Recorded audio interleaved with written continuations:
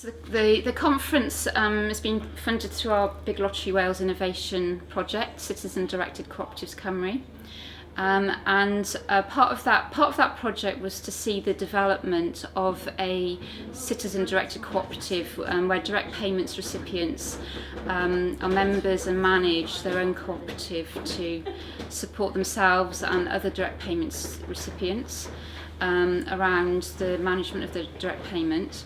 But the project has also given us a brilliant opportunity to raise direct payments on the agenda, because it's been around since 1996. But yeah, in Wales, there's been very slow take up.